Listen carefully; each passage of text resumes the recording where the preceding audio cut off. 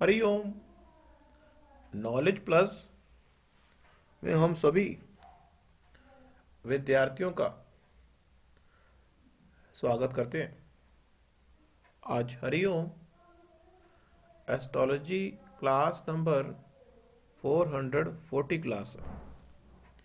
इस क्लास के अंदर हम 9 नंबर के बारे में, 12 नंबर के बारे में और बुध ग्रह के बारे में आपकी जानकारी को शिफ्ट अप करने का प्रयास कर रहे हैं।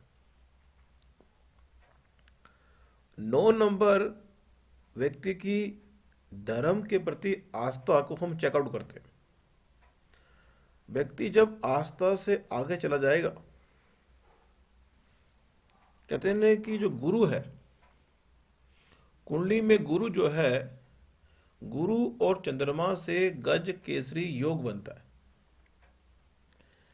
और गुरु अगर कुंडली में अच्छा हो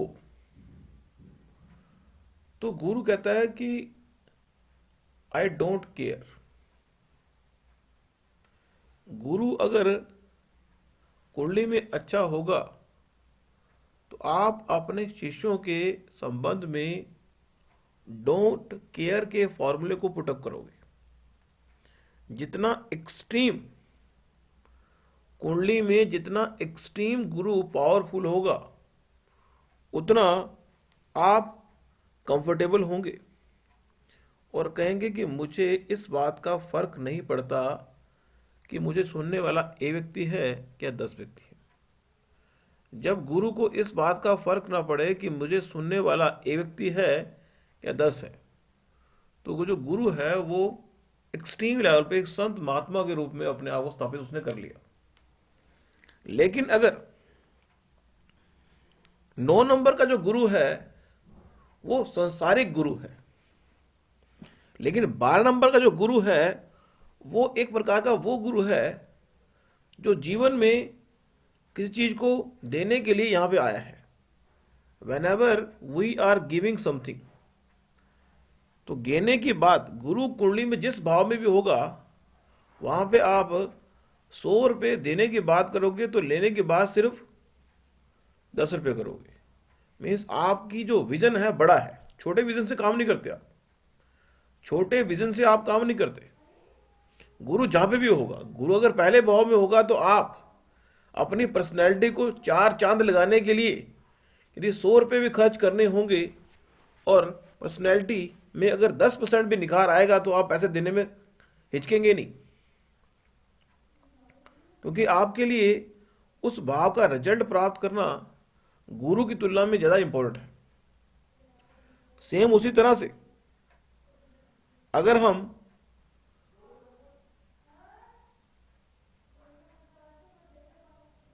हम मेन लगन के गुरु की बात कर ले, मतलब कहने का ये कि जो गुरु है अगर पैसे के माध्यम से अगर आप ज्ञान दे रहे हैं, whenever anybody in this world always try to give his knowledge on the basis of money, वो संसारिक गुरु हो सकता है। एक विचार व्यक्त कर रहे हैं कि 9 नंबर संसारिक गुरु है और 12 नंबर आध्यात्मिक गुरु कहलाता है, क्योंकि वो समाज से हट के बात करता है। अब दूसरी बात हम इस टॉक में बताने का प्रयास कर रहे हैं वो है बुध के बारे में। कुंडली में जो बुध है, हमारे थिंकिंग पैटर्न को, हमारा जो थिंकिंग पैटर्न है वो बुध ग्रह से आता है। बुध ग्रह कुंडली में जहां भी होगा, हमने अपने टॉक में कहा था कि बुध ग्रह अगर 1 नंबर में है तो आपका थिंकिंग पैटर्न अपने द्वारा डेवलप होता है। अगर बुध 2 नंबर में है तो व्यक्ति का थिंकिंग पैटर्न उसकी फैमिली द्वारा ड्राइव हो रहा है।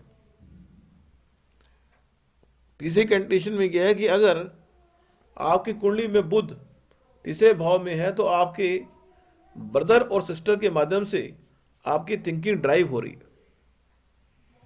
जो आपके ब्रदर सिस्टर की थिंकिंग है उससे ड्राइव हो रही है। यदि आपका बुध जो ग्रह है चौथे भाव में, तो आपकी जो थिंकिंग है वो आपकी माता से ड्रेवन हो रही है। अगर पांचवें भाव में है तो आपकी थिंकिंग जो है बच्चों से ड्रिवन हो रही है। अगर छठे भाव में है तो आपकी थिंकिंग जो है रूटीन से ड्रिवन हो रही है। सातवें भाव में अगर बुध है तो आपकी जो थिंकिंग है वो आपकी वाइब से या पब्लिक इमेज से ड्रिवन हो रही है। यदि आपका बुध आठवें भाव में है, आठवें भाव में जो बुध है वो सीक्रेट के घर में हो गया। अब बुध अगर सातवें आठवें भाव में हो और वो घर जो है वो शुक्र ग्रह का हो, तो निश्चित रूप से व्यक्ति जब भी सोचेगा पैसे के बारे में सोचेगा। व्हेनेवर, या तो वो सोचेगा पैसे के बारे में या वो विचार करेगा रिलेशनशिप के बारे में। इन दो के बारे में वो 24/7 बात कर सकता है, सुन सकता है, समझ सकता है। अगर बुध नाइन्थ भाव में चला गया तो नाइन्थ भाव जो है धर्म का है, रिलीजन का है, उसके बारे में बात करेगा। बुध व्यक्ति के थिंकिंग पैटर्न को, किसी की कुंडली भी देख लें, व्यक्ति के थिंकिंग पैटर्न को चेकआउट करने के लिए हम बुध ग्रह की प्लेसमेंट को जरूर देखते हैं, उसके थिंकिंग पैटर्न को चेकआउट करने के लिए। अब बुध ग्रह कुंडली के 10th भाव में अगर होगा तो व्यक्ति की जो थिंकिंग होगी वो बिजनेस के पॉइंट से अधिक होगी। अगर बुध जो है 11वें भाव में होगा तो व्यक्ति लाभ के रेफरेंस पॉइंट से, मीन्स कुंभ जो राशि है वो लाभ के रेफरेंस पॉइंट से किसी चीज को देखना है। कुंभ राशि जो है लाभ के रेफरेंस पॉइंट से किसी चीज को देखने की बताई गई है। अगला जो है मीन राशि, मीन राशि जो है वर्किंग बिहाइंड द सीन की है, और अगर बुध वहां पे होगा तो व्यक्ति हमेशा वर्किंग बिहाइंड द सीन ही। अब यहां पे एक निचोड़ की बात निकलती है, वो ये कि अगर बुध कुंडली चौथे भाव में होगा तो व्यक्ति की जो थिंकिंग है वो घर से, प्राइवेट जोन से आएगी। यदि 8वें भाव में बुध होगा तो व्यक्ति की थिंकिंग जो है वो सीक्रेट जो एरिया जोन है वहां से आएगी। और अगर बाय चांस किसी व्यक्ति का कुंडली बुध जो है 12th भाव में चला गया तो व्यक्ति हमेशा जो है वो खर्चों के बारे में बात कर रहा होगा, खर्चों के बारे में।